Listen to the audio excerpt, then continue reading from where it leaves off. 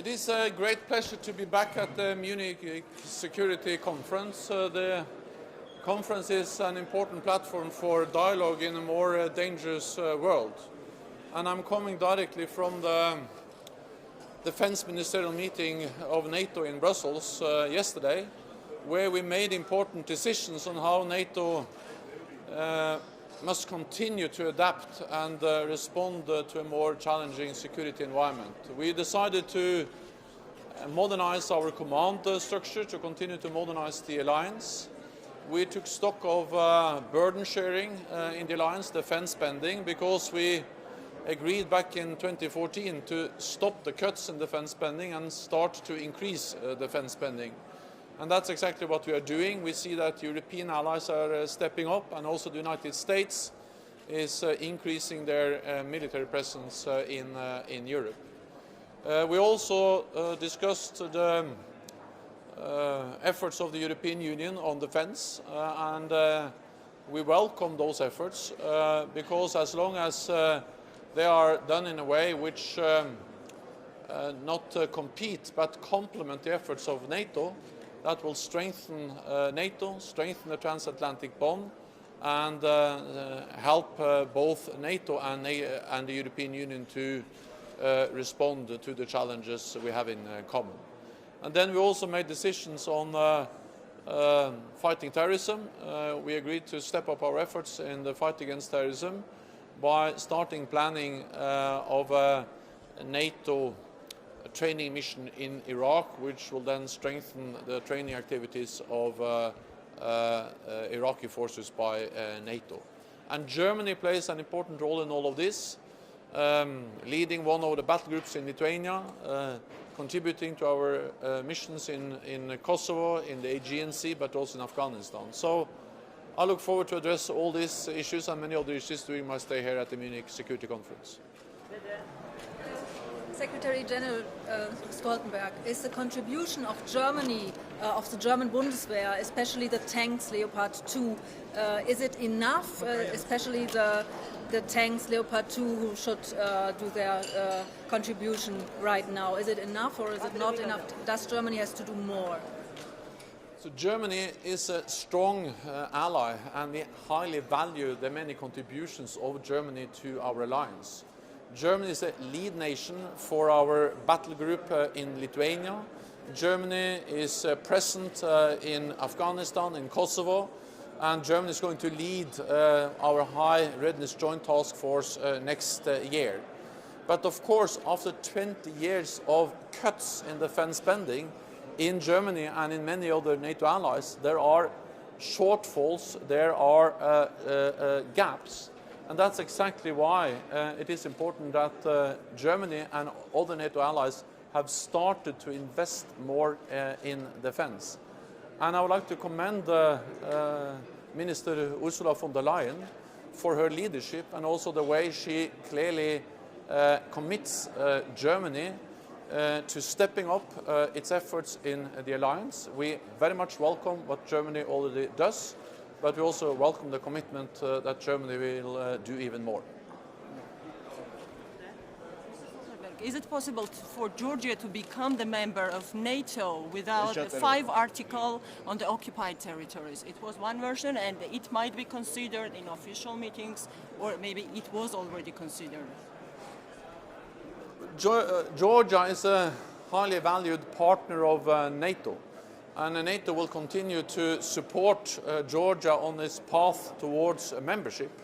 That's the reason why we provide strong political support to Georgia, strong practical support to Georgia. We have the Joint Evaluation and Training Center in Georgia, and we are also providing support in many other ways. So we commend Georgia for the progress Georgia is making on the path towards membership. And also by implementing important reforms in Georgia. At the end, it will be up to 29 allies to decide when Georgia is ready to become a member of the alliance.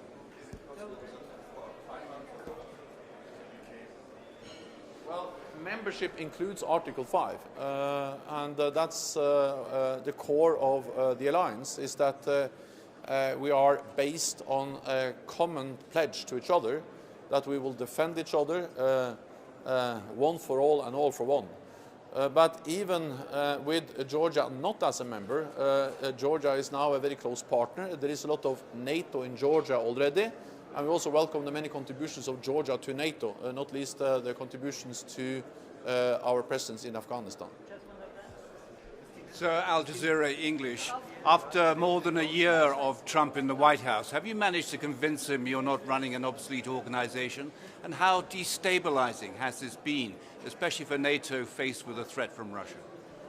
The US commitment to NATO is very strong, and President Trump reiterated that during my visit to the White House some months ago.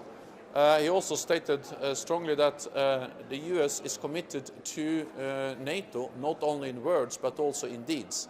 And what we see now is that the United States, after many years of reducing their military presence in Europe, the United States is now increasing their military presence in Europe with more troops, with a new armored brigade, with more funding for equipment, for supplies, for exercises. And just last week in Washington, the White House and Pentagon rolled out a new plan for further increases in funding for US presence in Europe. So the United States is committed to the alliance, and I welcome that. Has the threat from Russia increased over this last year? So what we have seen, especially since 2014, is a more assertive Russia, a Russia willing to use military force against their neighbors, as they have done illegally annexing Crimea and continuing to destabilize eastern Ukraine. And that's the reason why NATO is responding. We are increasing the readiness of our forces. We are increasing the presence in the eastern part of the alliance with battle groups in the Baltic states and Poland, but also in the southeast of the alliance. And we are also starting to invest more in defense. So we see a more assertive Russia, but we respond to that. But at the same time, for NATO, it is important to avoid a new Cold War, avoid and prevent a new arms race. And therefore we continue to work for dialogue with Russia to reduce tensions and to strive for a more constructive relationship with Russia, because Russia is our neighbor and we have to continue to work for a better relationship with Russia. Secretary General, the US and Turkey have said today that will try to cooperate in northern Syria. Does that make you hopeful? I welcome the high-level contacts between the United States and Turkey. And during the defense ministerial meeting in Brussels yesterday, Secretary Mattis met his Turkish counterpart. I welcome that they have spoken. I also welcome that Rex Tillerson and other US officials are in close and regular contacts with their Turkish counterparts. NATO is not present on the ground in northern Syria, but we are part of the global coalition to defeat ISIS. We provide some assurance measures to Turkey, and we also recognize the important role that Turkey has played in the global coalition to defeat ISIS. So the United States and Turkey has worked together for a long time in the global coalition to defeat ISIS. And Turkey has been key, not least by the fact that they are bordering Iraq and Syria, and they have infrastructure, airports, bases, which have been of great importance for the fight against ISIL. Both we are Novosti Sputnik News Germany. What is the view of NATO? How and why is Russia a danger to the global security, and how will NATO respond to that? So we don't see any imminent threat against any NATO ally, but we see a more assertive Russia.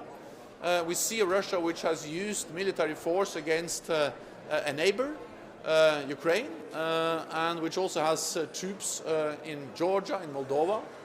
And therefore we are responding, but we are responding in a proportionate, measured way to prevent a new arms race, to prevent a new Cold War.